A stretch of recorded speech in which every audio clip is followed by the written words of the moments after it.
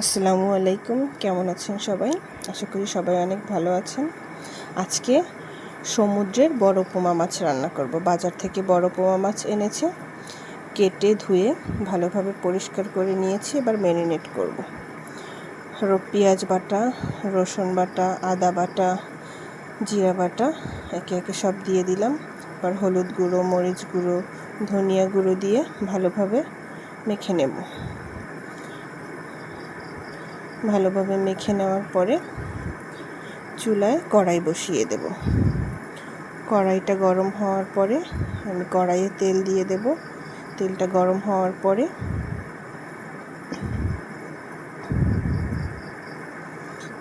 একে একে মাছগুলো সব দিয়ে দেব।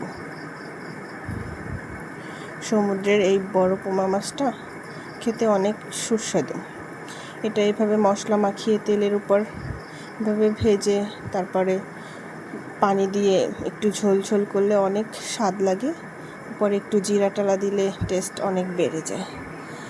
এই মাছটা বিভিন্নভাবে রান্না করে খাওয়া যায়। এটা আবার তেলে ভেজে মশলা কষিয়েও রান্না করা যায়, এভাবেও করা যায়। এটা হলো সমুদ্রের পোমা। আবার যেই পোমা মাছগুলো লাল হয়, ছোট সাইজের হয়, ওগুলো নদীতে পাওয়া যায়। সমুদ্রের এই মাছটা অনেক নরম হওয়ার কারণে আলতো হাতে উল্টাতে হবে। এ পর্যায়ে আমি কড়াইটা ঘুরিয়ে ঘুরিয়ে ভেজে নেব। খুন্তি দিয়ে একটু তেলটা মাছের উপরে ছড়িয়ে দেব।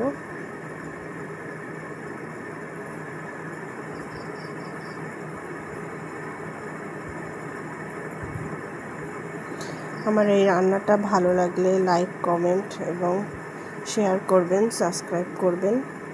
আমি এটাকে আলতোভাবে একটু উল্টে দিচ্ছি।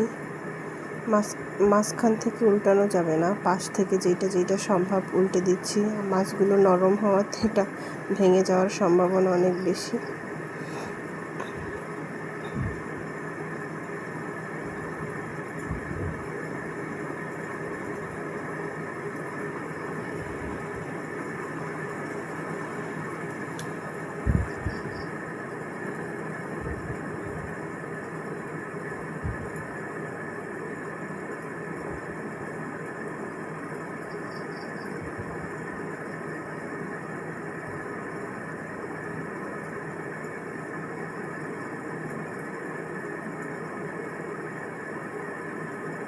এ পর্যায়ে পানি দিয়ে দিলাম।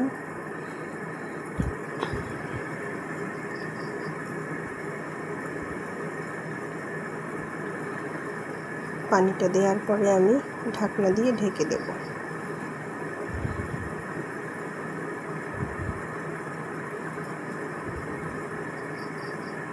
পাঁচ মিনিট পরে ঢাকনা তুলে দেখব কী অবস্থা। হালকাভাবে আবার একটু নেড়ে চেড়ে দেব। মাছ রান্নার শেষ পর্যায়ে আমি একটু জিরার গুঁড়ো দিয়ে দেব, ভাজা জিরার গুঁড়ো।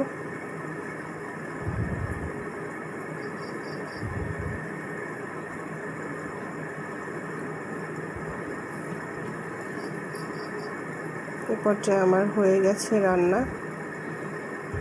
আমি এবার তুলে নেব। জিরার গুঁড়ো দিয়ে ভালো থাকবেন, সাবস্ক্রাইব করবেন। আসসালামু আলাইকুম।